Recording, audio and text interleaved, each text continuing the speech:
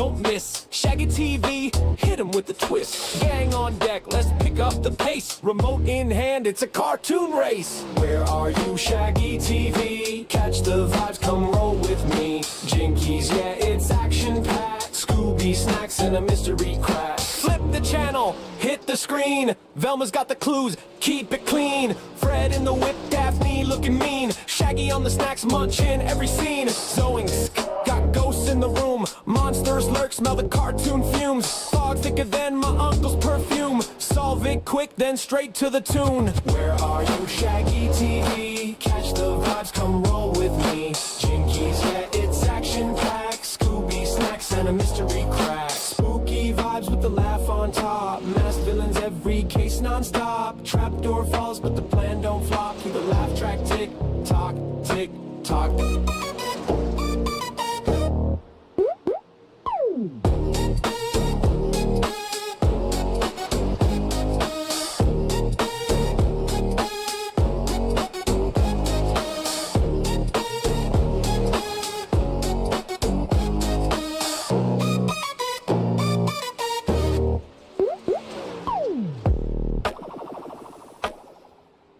We are live this morning with a little race replay. Was supposed to get on here at 12, but people don't know how to drive in Pennsylvania. You get a little bit of, I mean, you can't even say snow on the ground anymore. All but melted away, and well, it's going to be wet. My dog's not going to like it these next couple days, but let's see here. About ready to go qualifying here at the Lucas Oil Speedway. We'll see who comes out on the racetrack first. Obviously, that's going to be a surprise here. No idea who comes out, gets quick time, or, I mean, you know, we've all probably got a good idea who maybe gets quick time. Anytime the 17 shows up to go play, he's always in the running for a pole time, but we're watching the 19er, Russell Harold, roll around here for lap number 1. A little sideways there in the center of 1 and 2. He's going to want better than that, but he's not going to have better than that. Off a 4 for the final time. Lap number 1 in the books. What's it going to be? A 14:79. Scott Tice, man, looking nice in the 24 machine with a 14:06, and I might have to mess around with my volumes a little bit. There we go. That's a little louder in that area. Scott Tice, final time by a 14:03, so he finds even more time. Andy Patton, the general. He pulls it in P4. Chris Farmer, he's purple through Sector 1. Green Sector 2. And it's P5 right now for Chris Farmer. Not sure what happened to him. He maybe clipped the wall, slowed up, coming off a 4, but man, he was on a tear. That was going to be a quick lap, and all of a sudden watches it go away. Now you can see the top spot is empty. I got a feeling it may be because this man would like to take a seat there. We'll have to see. Keith Kincaid clipped the wall there. That first time you saw it said no time. 1 lap in the books now. P2 for the Flamin' Hot Cheeto. What can the Tennessee Tornado do? He clips the wall. Not sure if qualifying scrutiny's on. If it is, that won't count. We'll have to see. Checkered flag gonna wave. It's purple, yellow. What's it mean for that fella? Not enough to take that quick time from Scott Tice, who sits at the top of the charts.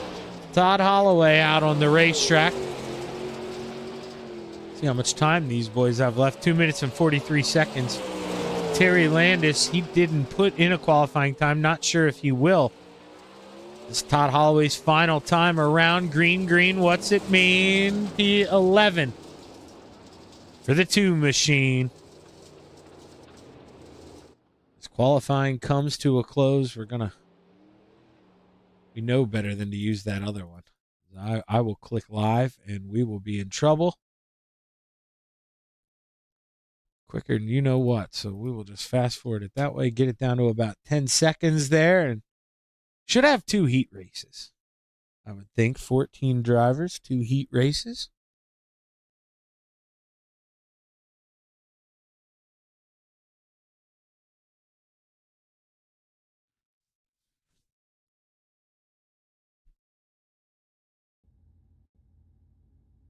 And it is indeed going to be 2 heat races here. So let's take a look at that starting lineup for heat race number 1. My pops in the 37, Tim Chapman rounding out the field. Row 3 to the outside, the deuce of Todd Holloway. To the inside, the 75 of the Mares, Steve Bixler. Row 2 to the outside, the 94 of Gary Offit. To the inside, the 87 of the General, Andy Patton. And row 1 for heat race number 1 to the outside, the 04 of Greg Parmalee. And starting on the pole, the 24 of Scott Tice. And I can't believe I didn't start out the show with this. You know, I'm a scumbag for that, but the only person I see with a flag in here, well, I know where Tim's from, considering he's my dad. So I'm sorry if, this offends any of you, but USA, we did it, baby. We finally getting the gold back in hockey. What? I mean, what a job there by the Hughes boys. I mean, carrying Team USA. I mean, hopefully this is many more years to come. So I'm a Penguins fan, so, it was so somber when we played Canada years ago and Crosby netted the game winner. Oh, man, you're happy because it was a Penguin. But what the hell is going on out here for the U.S.? And hopefully they right that ship and keep it on that path. As Scott Tice drops the hammer, we're underway. 10 laps to go and play here at the Lucas Oil Speedway. Offit gets a little tight there, opens the door for the General here in the 87. Andy Patton can't take a swing. He's not there yet. He pushes up the hill. He's got to get on the binders. Now the Mare, Steve Bixler, he gets 1.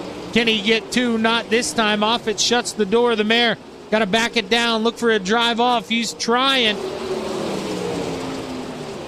Out front, it's Scott Tice pulling away. Greg Parmalee in P2. Gary Offit rounding out that top 3. Oh, the General, he went for a big drive. Almost got to the back of the 75. Drove it up to the tippy top. Lost a lot of ground. Here comes the Mare on the inside. Steve Bixler.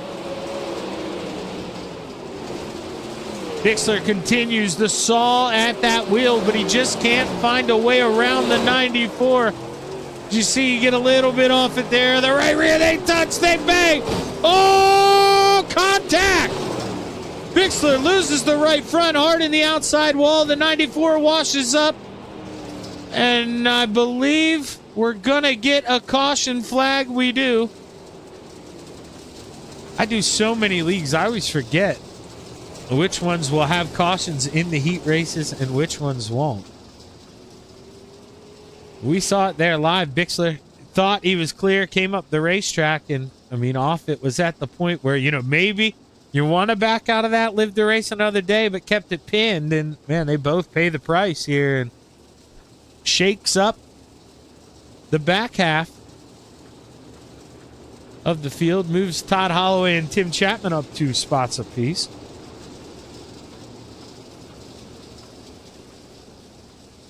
Greg Parmalee back to P2 where he started, and Andy Patton right where he started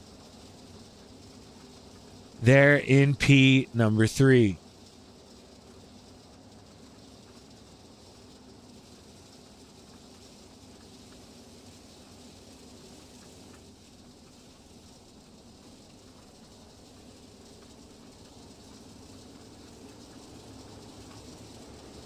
I'm not too sure. Everything okay on the Senex side. It's saying poor quality for me on the broadcast. It's doing that thing again. More than one ingestion is using the primary URL. So I'm not too sure what is going on there. It never does that to me. Like when I stream to coast, I never get this message.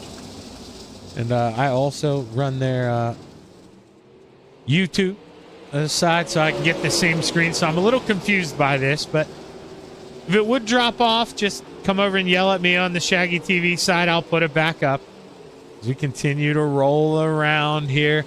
4 laps to go this time by.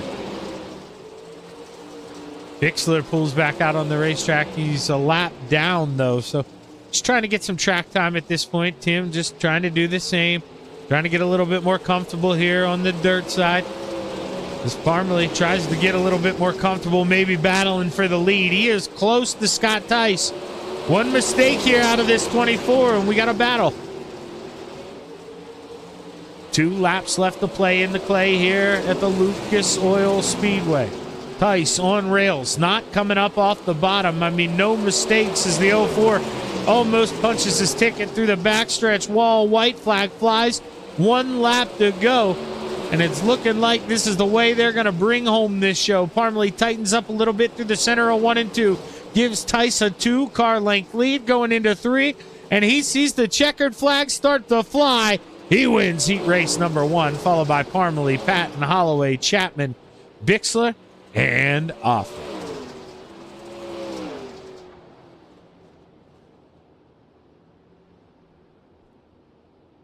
As we get ready here, we'll take a look at the starting grid for heat race number 2.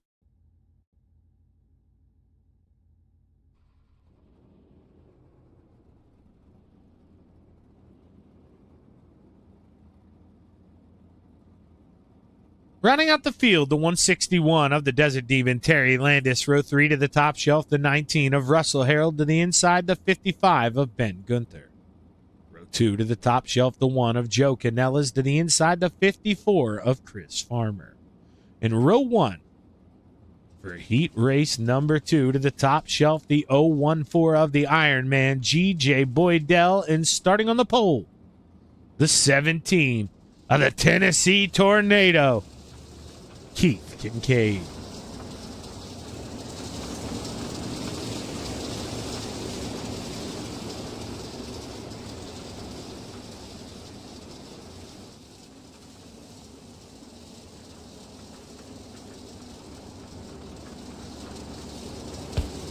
Whoop, did not mean to do that. Was getting the song ready here for our little warm-ups. Shame on me. Big old fingers of mine decided to double-click it here as we go around the racetrack one more time. We got chocolate water. Tail in the field. That's the Desert Demon of Terry Landis.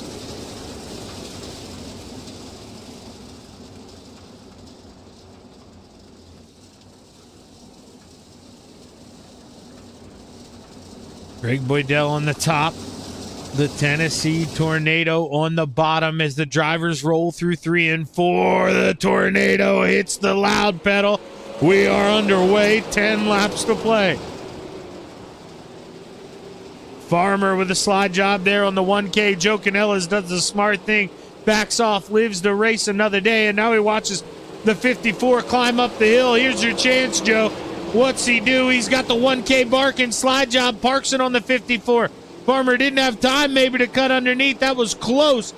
Did a good job there of getting to the bottom, and instead of feeding him one back, stays there. Never mind. They touch. They rub. Oh, boy, they live to race another day. Greg Boydell watching the Tennessee Tornado pull away here. Not close enough to get sucked into a battle for the lead. Boydell gonna have to tug at the rope. Already almost a second behind here as well. He cut the gap back down to 6/10. Got a good run off of 2. But watch as Keith pull away a little more there off of 4. The Desert Demon able to work around Ben Gunther in the double nickel. Can he get to the 19 of Russell Harold? Starting to run out of time there on that watch. 5 laps to go this time by. Joe Canellas not really close enough to Chris Farmer here to throw a big send. It's going to take a lap or 2 of near perfection to get close to the 54 to even think about a move. And man, time just not in our favor here as drivers coming across the stripe. 3 laps to go.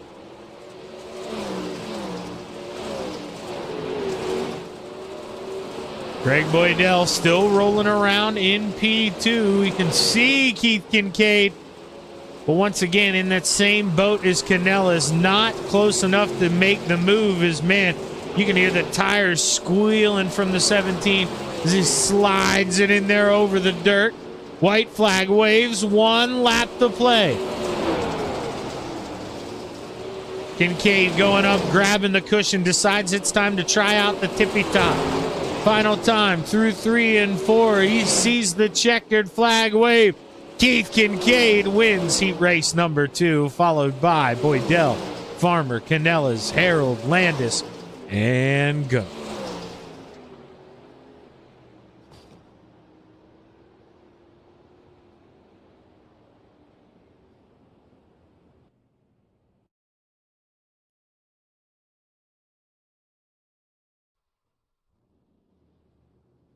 Five-minute warm-up here. You know the drill. I'm going to fast forward it to about that 2-minute mark. Or no, we'll go a little further than that. We'll go closer down to a minute. And then I'll fire up the grid music, and we'll get ready to take a look at your starting lineup for Monday's Pro Late Model feature here at the Lucas Oil Speedway.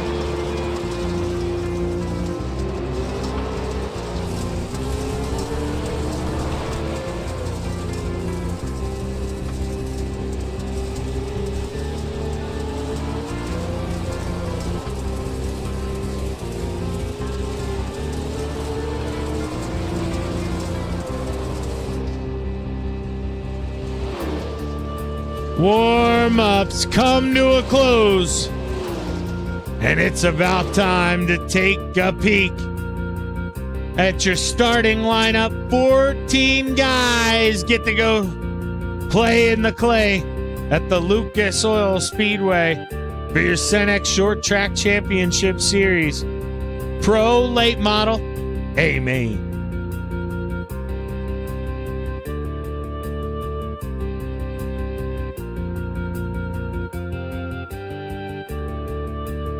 Row 7, rounding out the field to the high side, the double nickel of Ben Gunther to the inside, the 94 of Gary Offit. Row 6 to the top shelf, the 161 of the Desert Demon Terry Landis to the inside, the 75 of the Mare, Steve Bixler.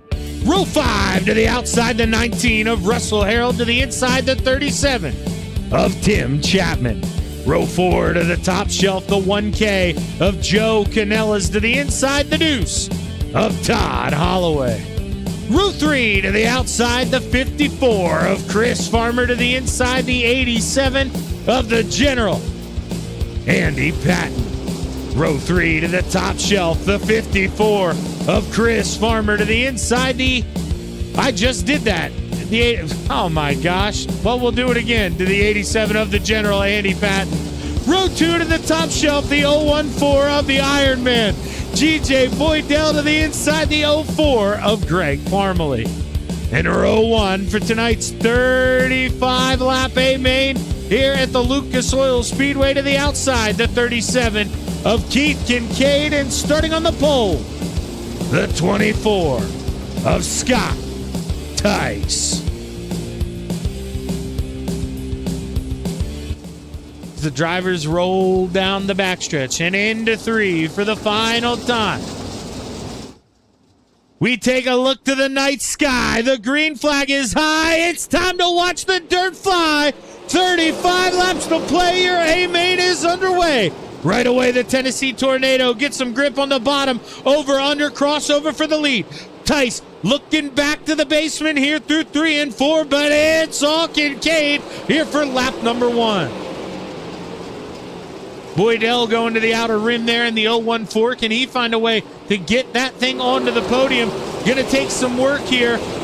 Is Greg Parmalee not going to give it up easy? You can see he goes to the outside now. Going to tickle the top side. Chris Farmer as well. Look at that thing right up against the limit. Boydell clips the outside wall. He doesn't lose any spots, but he loses a lot of ground.